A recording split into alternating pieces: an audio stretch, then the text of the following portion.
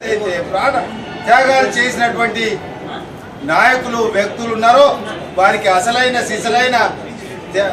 నివాళులు అర్పించాలి, నివాళులు చెందాలంటే ఈనాడు మరి రేపు రాబోయే కాలంలో గత కొత్త కాలంగా నవ తెలంగాణ రాబోయే తెలంగాణలో దరిద్రం లేకుండా, ఆర్థిక తారతమ్యం లేకుండా మరి నిజమైన అసలైన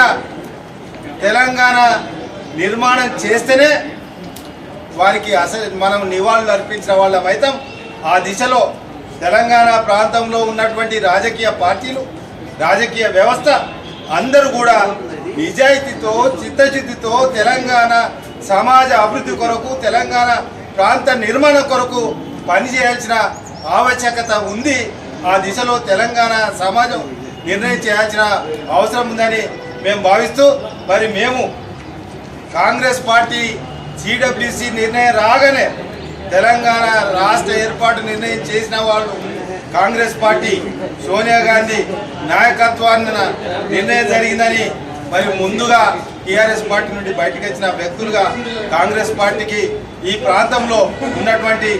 తెలంగాణ సమాజం అండదండగా ఉంటుందని ఆనాడే మేము మరి చెప్పడం జరిగింది. రేపు రాబోయే కాలంలో కూడా తెలంగాణ ప్రాంతంలో ఉన్నటువంటి అన్ని వర్గాల వాళ్ళం కాంగ్రెస్కు బలం చేకూరే విధంగా అండగా ఉండాల్సిన అవసరం ఉందని మేము మరి మనవి చేసుకుంటూ జై తెలంగాణ, జై తెలంగాణ, జై తెలంగాణ,